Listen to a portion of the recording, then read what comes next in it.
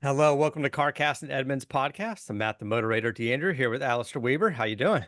I'm good, Matt. Thank you very much. Some exciting things. You had a fun event that you went to recently, and driving more vehicles. Uh, the events are always fun. We've done so many press events and launch events, and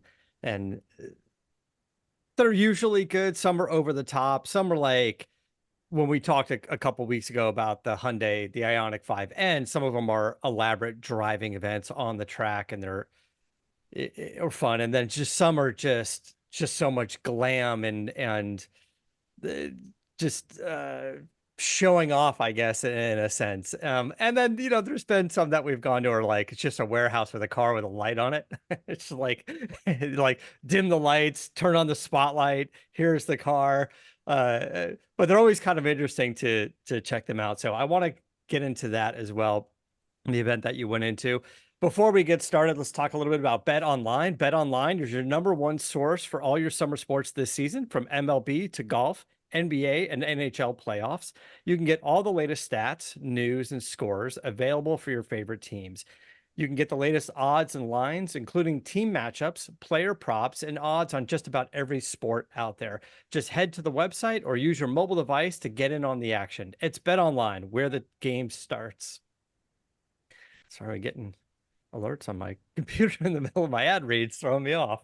All right, so the event you went to, tell us about it.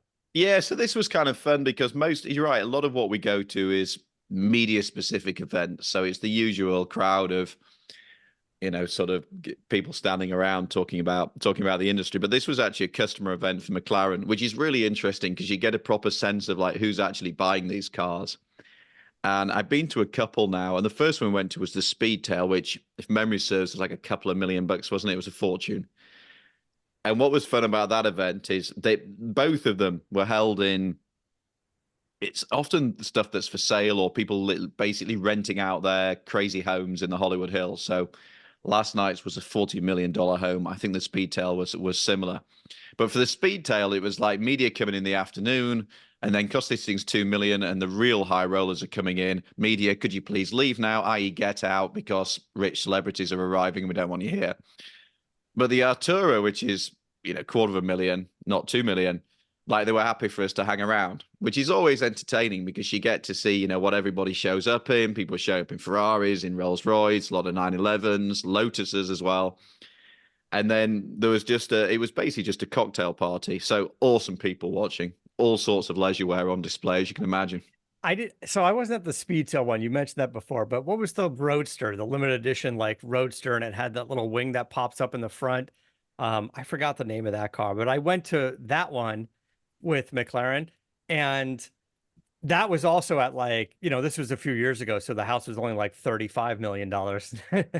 And yeah, and in the lobby, whoever owned the house had like a dinosaur skeleton, Oh, I think it's the same one. I think it's not the Speedtail. I think you're right. And I can't even remember the name of the car, which is terrible. But it was the same thing. Remember, like we were all shooed away before like the real yeah, high rollers came in? yeah. I They were thought like, I'd seen you. hey, Yeah, I remember now. they're Yeah. like, look around at the house, see whatever you want, just take your shoes off because we have real people coming in later. And I was like, Yes. oh, okay. So Yeah. so last night we could actually stick around. Even vague because I think Artura customers are still obviously very wealthy, but perhaps aren't quite as famous and quite as wealthy because they're not spending 2 million bucks on a car. So this was a house. I'm going to talk about the house first. Actually, I think that's probably just as interesting, if not more interesting, than the car.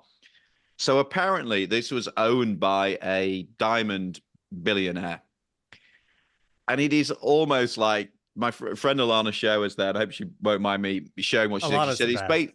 Pam? Alana's the best, by the way. I love her. Alana's Yeah, awesome. And she's she said, fantastic. this is the house that sort of naughty boys would draw if they were just given like endless cash. And it absolutely felt like that. Matt's showing, if you're watching on YouTube, Matt's showing a couple of images, but there was literally a live mermaid, i.e., somebody dressed in a mermaid suit in the pool. No, nobody explained why, but there was a mermaid in the pool, and it had this kind of infinity pool overlooking LA. Yeah. And then in the sort of downstairs lounge, I suppose you could call it, it had a glass box which they'd put the Artura in. And I was like, oh, that's kind of interesting. Wonder how they got the car in there. And then you realize that actually, when the house was designed, this is all part of the showcase. So you drive into where the garage is at the top of the house in the Hollywood Hills, and then you go down a car elevator, and then your car is basically a piece of art in your living room in its own little glass box. Yeah. Which again, like if you have endless money and you're just sort of thinking, what is like my bachelor pad looking like? That's what you'd have. And then there was a wall full of like Playboy covers, and it was extraordinary. It's an extraordinary place. Really There he is. unhomely, really kind of like where would you just kick your shoes off and like watch the soccer on your TV or watch the Grand Prix or something. And also no privacy. So you got two like pools, Yeah. $45 million, but people can still look in. $45 million. I want to kind of bathe naked in my own pool if I want to. You know, Which is a horrible thought, but one of Adam Carolla's houses long ago, in LA, an older kind of Spanish style home, I would say. And um, yeah, on the top of a hill, and it had a gate around it, and there was a pool, and then he built like a bar under the pool. So when you go into this like speakeasy bar with no windows, the only windows were like three portholes that looked into the pool from the back of the bar. But it didn't really have much of a garage. So on the back side of the house, because it was sort of two levels, where you drive in through the gate would be the garage level, and then the house is kind of above it. So he built this big garage down there, with like barn door style. It's really, really cool. And then in the garage, there was a lift. There was a flush single post lift, and the lift would go up. It would basically grab a piece of the ceiling and bring it down, and then there was ramps so you can drive a car onto it. And when it pushes it back up, the car was in his office that he built above it. So, and at the time he had his Lamborghini Miura in there. And it's, although the house had sort of this older style to it, he made the office, which kind of hung off the edge of the house, as clean and modern as possible, just all butt joint glass. And his desk was like clear plexiglass. So, and it was just a car sort of floating there overlooking like all of LA. But it was a complex feat to get the car in there, because the lift isn't tall enough, right? Because if you just go and buy like the mechanics behind a flush mount like hydraulic lift or anything, it never yes. really can get high enough. So when it lowers the roof, there was sort of these cables and pulley system to bring down this chunk of ceiling and flooring above it, for the Sure. second level. And you got to load the car up there, and it worked. He designed it, basically built it and put it in there, and it was cool, but it was complex. It's As a matter of fact, we had Tanner Faust come over and take a look at it, and he loved it so much that down in his Newport house, he built one. He has in his house, he drives into his garage, and it pushes his car up into this like glass room where he has like his driving suits and helmets and his memorabilia. So apparently all the rich guys are doing this now. it's like a look at me. It's a look at me room. Yeah, it really It's a, kind of it's is. it's the modern MySpace. It's a new way to do a trophy room and just have it with a car in there. So It's yeah. It's extraordinary. And it's also kind of like where, these events cost a lot of money, and it makes you realize just how the market for super sports cars is small. And this is why everybody's getting into SUVs, why Lamborghini has the Urus, and that's its biggest seller. Ferrari's doing the Purisang. And McLaren is just sort of persisting. And, historically, the CEO who went on about it for years saying we're never going to do an SUV is gone. And they're looking for a technical partnership. And I'm sure they will do something of that ilk. They'll probably won't call it an SUV, but it will be a, yeah, more Lotus is versatile doing car. it now. I mean, Everybody's doing it. yeah. It's because, the market is tiny for, super sports cars that are, north of, 250, 300 grand. even in a place like LA or Miami or the Middle East. So McLaren's doing, about 3,000 cars a year. This year they'll do 3 to 4,000 cars probably. If you look at Lamborghini, the actual sports car sales not dissimilar. No, there just isn't a big market. So you've got to diversify and you've got to do other stuff. And I think it's well known that McLaren's had a really tough time for the last 2 or 3 years in particular. They've lost a ton of money. They've had effectively a management buyout. So it's now owned by the Bahrainis. So they're in a better place and they like consolidated everything. But it's a tough business. And you realize just like the money that goes into just kind of trying to woo the customer at that level of the market as well. I mean, you've got to lay on all the food, you've got to hire the place, you've got to run all the valet and the champagne and God knows what else that goes with it. Yeah, but you think about like with McLaren, like who would be a good technical partner, especially on developing something like a hot SUV. I mean, Aston Martin's got one now, like we were saying. Lotus has their electric version, their SUV. Ferrari's coming out with theirs. Lamborghini has theirs. And some of the bigger companies, like a Porsche, Audi, VW, they can obviously share platforms all internally and get you the different variations of from a mild to a completely wild SUV. I'm not sure who would be a good partner with McLaren, because I don't mean, know that they're really working with anybody anyway. Are they I working think with they're anybody working on the racing side? they're working on a technical partnership, and a part of the problem is electrification. So the Artura is a plug-in hybrid. I think it does like 11 miles on a charge. So that is really expensive, really complicated technology, to get right and work well, but then be reliable and everything else. And yeah, there are lots of, I mean, Ricardo built McLaren's engine originally and everything else. So, there's a lot of kind of like partners that you can work with. But the best way to do it is similar to what Aston's been trying to do with AMG is buy the engine or the hybrid system from somebody else, get your infotainment and your air conditioning and all the stuff that you don't see from somebody else because it's really expensive. Yeah. And then basically make something that looks super pretty, super exclusive, super kind of bespoke, and away you go. And then it all becomes about the brand and the experience and everything else. So that's what probably they need going forward, because it's just, how do you pay for a vehicle? Because if you're Lamborghini, then as you say, you've got all the Volkswagen group behind you. So the Urus shares a lot of parts with the Bentayga, with the Cayenne, etc. If Ferrari's a bit of a unicorn in that their profit margins are so high and the brand's so strong, and then everybody else is trying to build some sort of partnership. So McLaren really needs that if it's if in the future, if it's going to compete and get itself back into profit, and reliability becomes critical and everything else. But they always look cool, but you do look around. I took a friend with me who he owns a Cayman, so he's a bit of a car guy, but he's a tech guy, really. He's not sort of a geek like you and I. So, he looked around and he's like, so that's a 650 and that's new and that's 350 grand plus. That's the Artura that's 250 grand. But the one at 250 grand actually looks kind of more modern and cooler than the 650 or more fresh, or they basically look so similar that how do you justify that over that? And that, it's true. It's just like there's very little differentiation now. They're all just, it's like, let's build a bunch of mid-engine supercars and pepper the market, but it's tricky.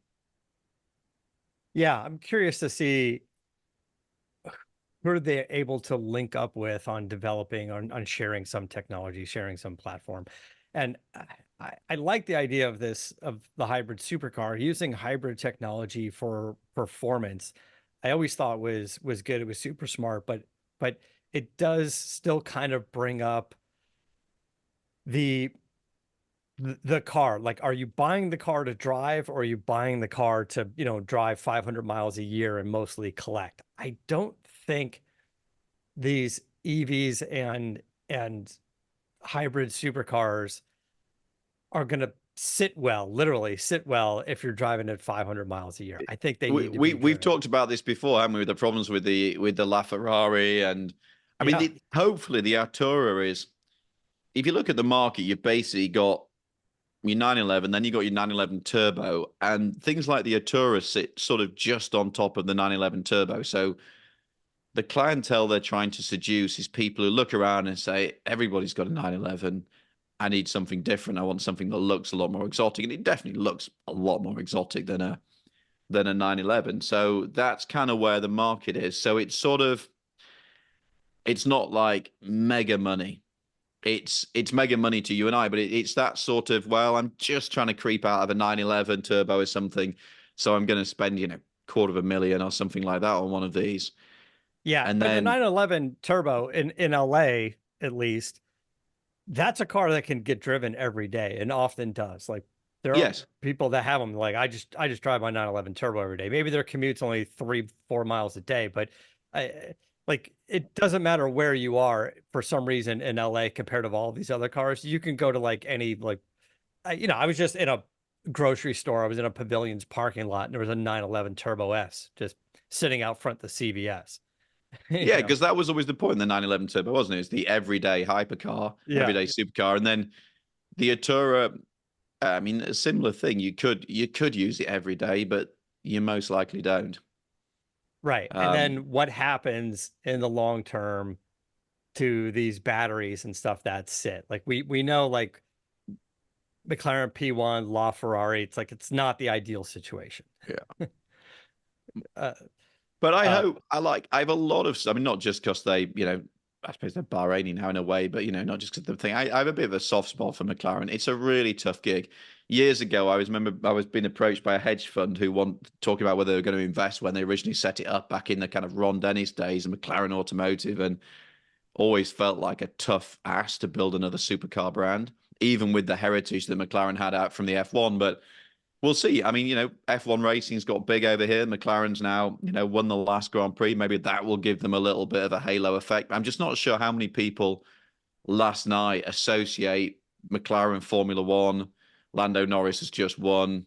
Oh, therefore that this is a supercar and that's related to the Formula One. I just don't know how many yeah. people really make that, I or mean, Senna, or all the heritage of McLaren as a motorsport company. they're trying to do it with IndyCar as well. I mean, Yeah. they they they've got the biggest budget. They're spending more than any other IndyCar team. I don't think last season they won a single race, and they've got some fantastic drivers on the team now, uh, and they're paying them. You know, Pato O'Ward's getting finally his an IndyCar driver's salary is public, which is interesting because it moves the needle. Like it draws attention to the sport. What's he getting Uh, paid? I didn't know. I forgot what it was. I think it was like 4 million. Wow. It's a Yeah, chunk of change, isn't it? yeah. And I don't recall exactly if it was like a 2-year deal or whatever it was, Yeah. but yes. And other IndyCar drivers like like Graham Rahal, who's great. I like Graham a lot. The announcement came out and everyone's like, hey, he's probably not the highest paid one still at this Mm. point. Maybe like Baloo Scott is something. Dixon. Yeah. Scott Dixon, who's a veteran, is probably getting paid more, but nobody ever knew what the amounts were. And now that Pato's salary was public, Graham was like, congratulations. Next time you're buying lunch, next time we hang out, it's on Yeah. me, Yeah. Yeah. yeah, because You can he's like, the rest of us aren't quite there yet, you know. buy Uh, your own. but McLaren, if you guys are watching this 100 Days to Indy, the show, kind of this reality show leading up to Indy, they did a season last year. It was interesting. And you get kind of a deep dive into who the drivers are and what's happening at the races. And it's interesting because they also follow the races. And so you get sort of a behind the scenes look of what happened. If you went to Long Beach Grand Prix and you saw it, it's great. And then now you can watch a show and go back and go, oh, this is kind of what happened kind of behind the scenes at the Grand Prix of Long Beach. And yeah, everyone out in there is going, McLaren's got the biggest budget. They're spending the most amount of money. All eyes are on them, but they haven't won a race like in a year. So they've got a lot to prove at this point. It's I was going to go to the 500 this year, but then I got friends coming to town, so I couldn't go. But maybe next year it's on the bucket list. But I'm still not convinced. Like McLaren wins the Indy 500. This is always the whole win on a Sunday, sell on a Monday. I'm just not Yeah. convinced that people, you know, Pato Award wins the Indy 500. Next day, somebody goes, "I've got to buy an Artura." I'm just not sure that. Right. Also because it's powered by like Honda, I think. And I'm not exactly sure if they're running the Honda engine or not, but there's Yeah, only two engines and none of them are McLaren. So yeah. there's a And little even bit. the McLaren engine isn't really McLaren, and it wasn't really built by, wasn't. But anyway, it's all fun. Should we talk about a real car, a truck? Yeah, let's talk about a real car. Well, we are Uh, about to drive the Artura. We've driven the Artura Coupe, and then we're about to drive the Spider. Not me personally, because I couldn't justify going to the south of France to drive it. But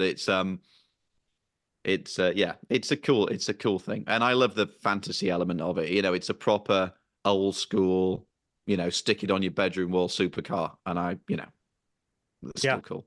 Yeah, it is cool. I can't wait to drive it. Honestly, like you were saying, of all the cars, 720S is still one of my all-time favorite cars to drive. Love that car. It is Love that so car. good. It's just so fantastic. Uh, Someday when prices drop and they're Yeah. $37,000 on Bring a Trailer or something, then I'm all over it. Yes. I don't know if I'm going to get there. All right. Ford Ranger. What are you driving right now? You're driving the Ranger Raptor? Ranger Raptor. So we Yeah. talked a little bit about the Ranger and the Tacoma and the Colorado on recent weeks, but finally got pause on the Ranger Raptor this week and absolutely love it. I was the only person turning up at the McLaren party in a truck yesterday, which also pleased me. Pulled in beside a 911 and a Rolls Royce. It's cool. Twin turbo V6, 400 horsepower. And what I really like, I mean, you and I spent time in the F-150 Raptor, and it's just massive, isn't it? Everything about it is over the top to the point where even outside of a metropolitan area like LA, it still just feels a lot of vehicle. What I love about this little Ranger is it's just so much more nimble and agile, just by the fact that it isn't so ridiculously big. 400 horsepower. It's super. It feels fast. It's very. I haven't taken it off road yet, but just driving it around on the road, it's comfortable. It's capable, and it just has that kind of spirit about it. The interior, it's like all these trucks, they're all a bit, if we're honest about it, a bit naff, aren't they? They're a bit naff, but it's kind of naff in quite a cool way. So like you've got all like the orange around the air vents. You've got a very kind of aggressive steering wheel. You've got like these orange inserts and Alcantara on the seats. It's fun. It's self-consciously fun. And I think it's 60 grand just thereabouts. And it's clearly not cheap, but it's a lot of vehicle.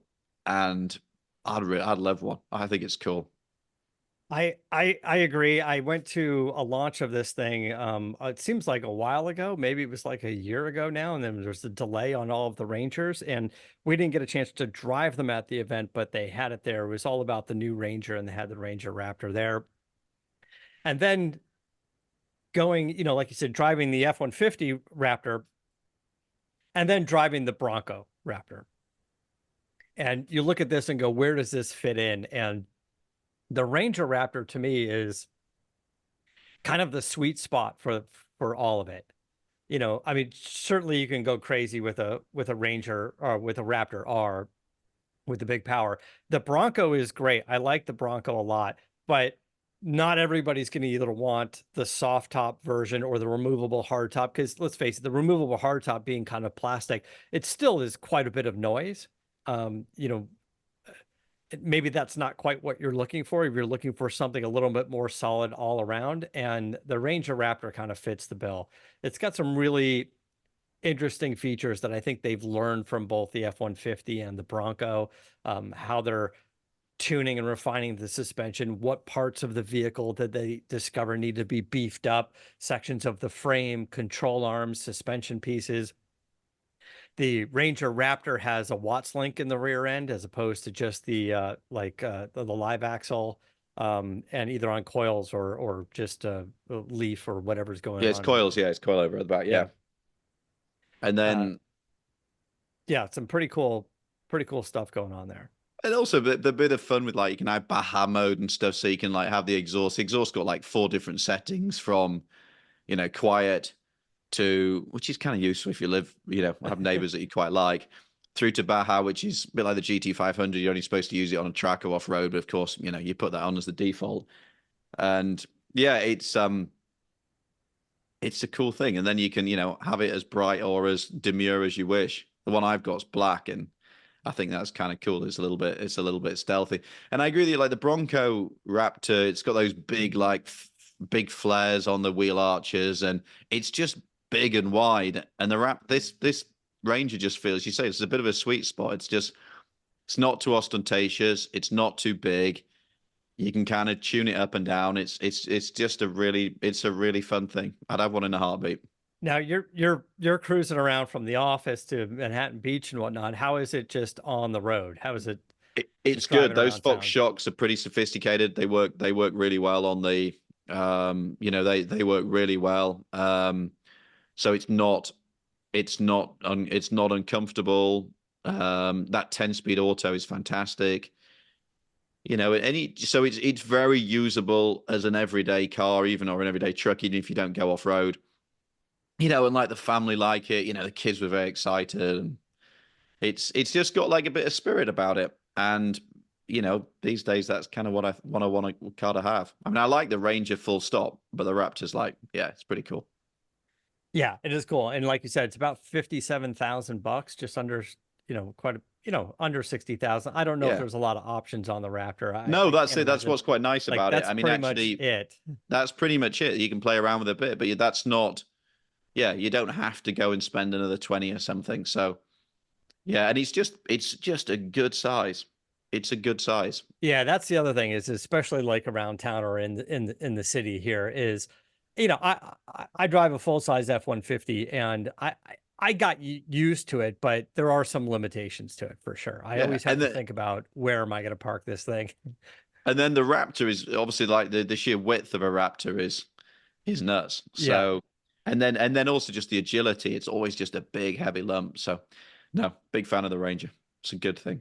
And we're looking yeah, forward, actually, the Tacoma TRD Pro will line up against that. So, that's that's going to have already pretty hybrid. expensive because you can get a fully loaded Tacoma at over $60,000 Yeah. before you even dress it up to TRD Pro. So it'll be interesting to see. Although that's supposed to have the funky seats, right? Like the The shocks in funky the seats that seats. does there's little shock absorbers that basically support your back when you're off road, but also rob the rear passengers of any legroom. Yeah. I don't mind that though. I just kind of feel like there's That's enough good. variations of the Tacoma that you can kind of pick what you want. Are you going to Yeah. use the back a lot? Do you have kids? You have a family or whatever, and you're going to use it for that? There's an off-road version you can get, doesn't have fancy shock absorber Yeah. seats, but if it's just, you and a friend or something, and it's just going out on the weekends quite often, just off-roading or something like that, or meeting up with a bunch of pals out there, uh, you're probably not using the back seat as much for people, maybe for gear. Yeah. Real quick before we wrap up, let's go in a little bit different direction here. Let's talk about the Mercedes-Maybach because Ranger and Ranger Raptor and Maybach. Yeah, just to be clear, Edmunds is about like sensible everyday cars. This week, this week show, we actually have a very we have a very nice video just come out on hybrid small SUV hybrids, which Brian Wong presented. So that's excuse me, that's well worth a watch. RAV4 and Honda and Sportage. But yes, we also had a Maybach, and we cover the extremities, and it was the V12, and I can't remember the last time I drove like a V12 Maybach S680. So this is sort of a rival to, the Bentley Flying Spur. It's kind of sub Rolls Royce, and what's kind of nice about it is it's, especially if you spec it right, you can actually tune it down a little bit so it doesn't look quite so ostentatious. And there are bits in it where you realize that it's a glorified S class. Some of the trim and things like that isn't as good as a Bentley. It's still like some of the plastics and doesn't feel quite as handcrafted as a Bentley. But it's Yeah, I a was going to nice way ask to when you look travel. into that high-end market of Rolls-Royce, Bentley, and Maybach, like Maybach wasn't always kind of in the conversation, but it's still trying to be in the conversation. It was standalone, and then Mercedes brought it kind of back and called it the Mercedes Maybach instead of just the Maybach. I And think what they realized was doing genuine standalone models was just too expensive.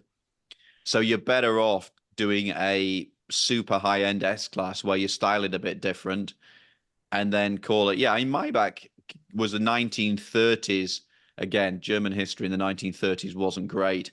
You know, and comes from a pretty terrible era, and some of the early owners were far from some of history's nastiest characters. But you know, they brought this brand back as a basically recognizing that Mercedes, because it spans all the way from the, you know, GLA over here, that people needed to have something different when they were getting up to 200 grand.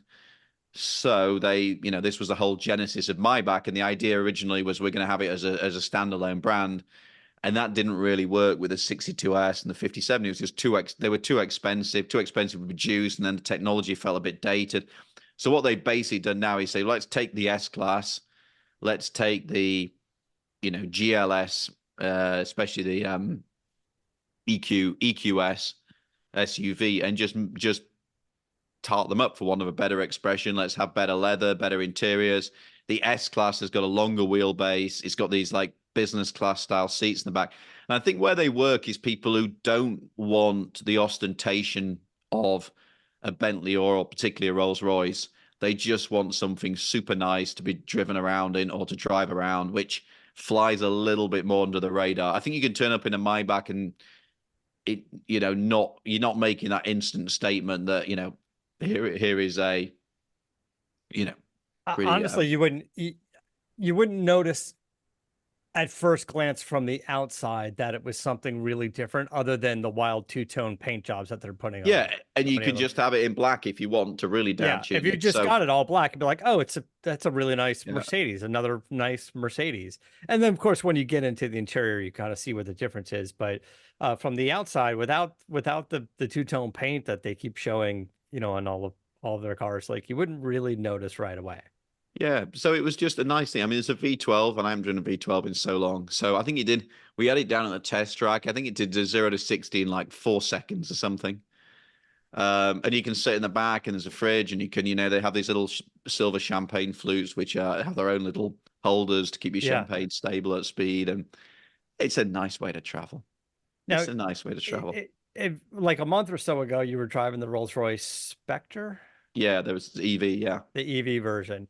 Now, I mean, it's not the same car. One's a big coupe, and what you're talking about is, you know, big sedan, and Maybach has an SUV. Uh, But the Rolls was twice as much money. The Rolls was like yeah, I half was a gonna million. say, like, what's I think the problem with the the Rolls, right? difference Rolls there? Royce, just you turn up in a Rolls and you're just telling the world that I'm mega rich and I don't care who knows it. Yeah, It's just like I felt just a bit awkward, you know, driving it, especially as it had this I, kind of ludicrous like purple interior. And you know, I'm just not that guy. I'm not, you know, turning up and it's just like, hey, just so you know, I'm rich. I think a Maybach flies a bit under the radar if you specify it right. So yeah. I listen. I knew a guy that bought a used Rolls Royce. He just wanted one, and he loved it, and he didn't. You know, he's got money, obviously, lives in a nice community, but he doesn't really live in a community of everyone just driving the most expensive cars ever. There are definitely some neighborhoods that are like that, and this is a little bit more open, kind of ranch style the type of neighborhood. And as much as he absolutely loved that car, he's like, I got rid of it. I was like, why? He's like, I just kept getting like shamed for driving it. It's just like, and I was getting, you know, kind of anxious and didn't and stopped enjoying it because people were just like commenting and you know, you drive through LA and, you know, a homeless guy at the intersection will come up to you and start asking you for money and going, you could afford it. You could afford it. Look at your car. And you're just kind of slinking down in your seat going, I just want to drive away. I'm not quite I sure what to do here. I mean I would like an 80s one or something, but they're like 15 grand or something, but then 15 grand to fix every time anything breaks. But Yeah.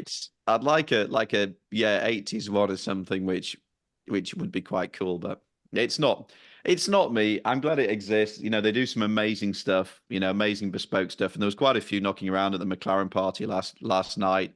People driving them, people being driven in them. There's a new Cullinan that's just come out with these kind of weird little eyebrows that it's got, and Yeah. it's By the way, that's a great event to take your Rolls Royce to, right? Because everyone is showing up. It's high yeah, dollar, it's glam, and and parking them all up front or valeting them, like that's a nice, fun experience. That's what you take it for. It is, but I still think it's cooler turning up in a truck. I think so. Listen, if I was going to be there, I would have shown up in my truck because that's what I'm driving. Yeah. All right, so let's I'm so rich, I drive a Ford. That's like real money. yeah. I think The Rock does. The Rock has got several Raptors. Keeps going over to Galpin to buy Raptors and Raptor R.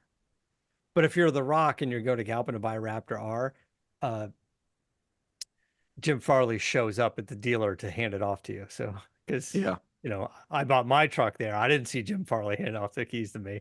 So I guess you got to be the CEO Rock. of Ford. Yeah. Yeah, I guess you got to be The Rock. All right. So before we wrap up, just tell us a little bit what's going on over at Edmunds that we can look forward to now. What's coming Yeah, up? well, we just launched a video today as we record this. So it's up on our YouTube channel. Land Cruiser against GX550. Maybe we should talk more about that next week, actually, because that was a really interesting piece. I mean, ostensibly very similar cars, but quite different in treatment. I mentioned the CRV and the RAV4 and the Sportage, like a hybrid SUV, showdown. And then just a bunch of news and stuff on our long-term fleet, our Fisco. Still not sure what's going on with that. We've driven the EV, the G Wagon EV. There's all stuff about that. So yeah, head to edmunds.com/news. And I heard something like Kia, the EV9 that you guys really spoke highly of. I think they're doing something like $12,000 cash back or something on that. So we should The dig EV9, into. yeah, EV9 is a great. I mean, that's our Edmunds top rated, the best. It's a great car. Yeah, I mean, we've talked about this ad infinitum on the show, and we just the price of EVs, and there was a survey came out this morning. And it's like more people would consider EVs if they were the same price as gas cars. Yeah, great Yeah. survey. Yeah. Who knew? That's the Well, challenge. money well spent on that survey. Yeah, that's the challenge, and it'll sort itself out in the end, but it's going to take a while. Yeah. All right, we're gonna wrap things up. Alistair, thanks so much. I appreciate it. And until next time, keep the air in the spare and the bag in the wheel.